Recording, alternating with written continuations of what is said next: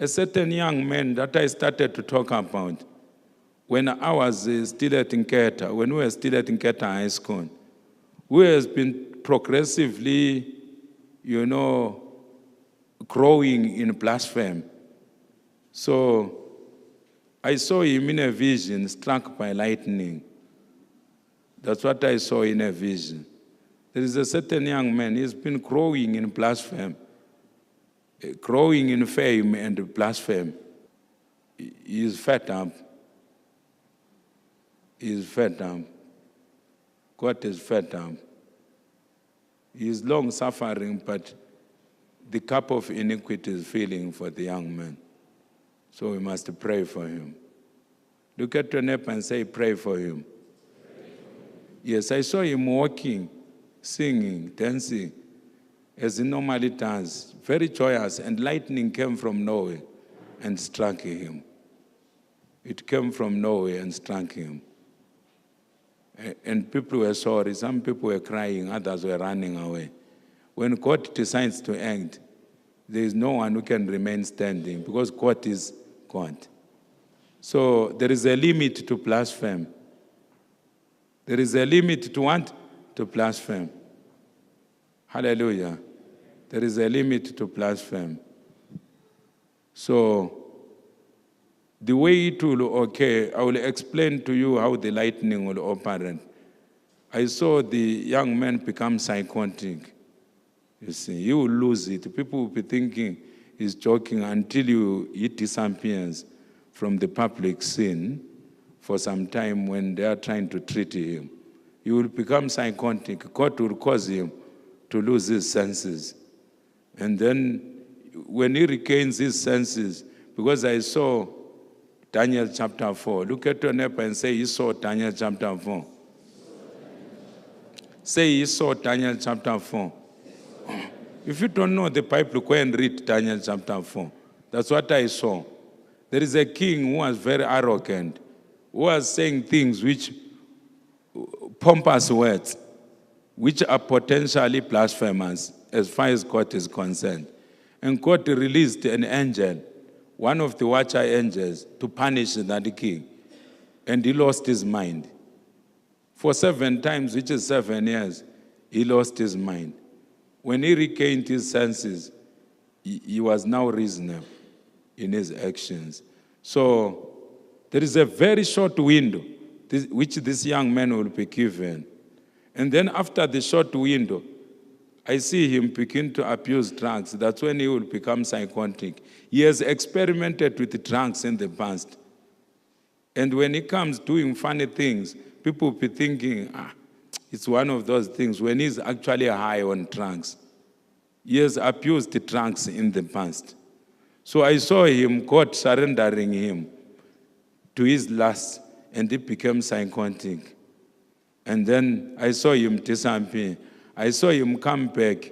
And when he comes back, I saw the angels of God watching whether his behavior will change. After that, if his behavior does not change, God will completely destroy him. That's the end of the message about that young man. Next time, you won't hear me talk about the same young man. You won't hear me talk about the same young man. God does not need to duplicate himself. We have warned the young man. He has not listened. The Holy Spirit says, the window is what? Fast closing. The window is fast. Yes, if you decide to backslide, it's better to just backslide quietly. If you decide to want to backslide, it's better to backslide what? Quiet. If you decide to backslide, you don't backslide and mislead the people of God and blaspheme God. You will be playing with fire. Because our God is a what? Is a consuming fire. So it's a very small gap that God has left in the window. Very soon it will what? Close. Let me tell you something about this young man. Because many people are confused about the young man. He has got a real calling from God. Do you understand me? He has a real calling from God. But because of the fact that he didn't deal with the flesh before he became known, Both the wheat and the tares are growing in the same person. Both the wheat and the tares are growing in the what? In the same person.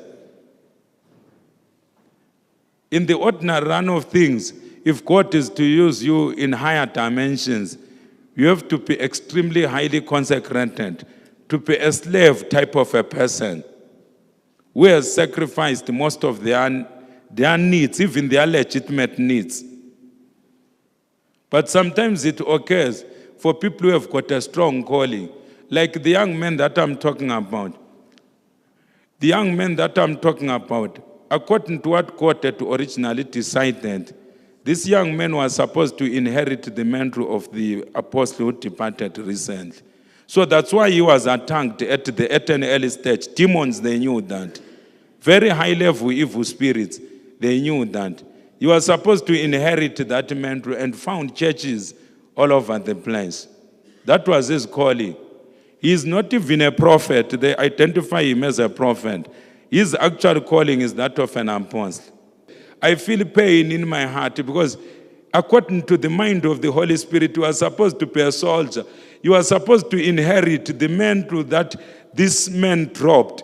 That mantle is still floating in the air. We don't know whom God is going to allow to inherit the mantle. It's not even with the people who are in the denomination of that man who departed. It was supposed to be received by the young man. That's why I speak a lot about him. And people will be thinking, maybe I'm fighting him. Why would I fight someone who is called by the Almighty God when I serve the same God? It's because my soul yearns for his repentance. It's because the Holy Spirit yearns for his repentance. It's because the Holy Spirit yearns for his repentance. Why should God destroy someone that Jesus Christ died for?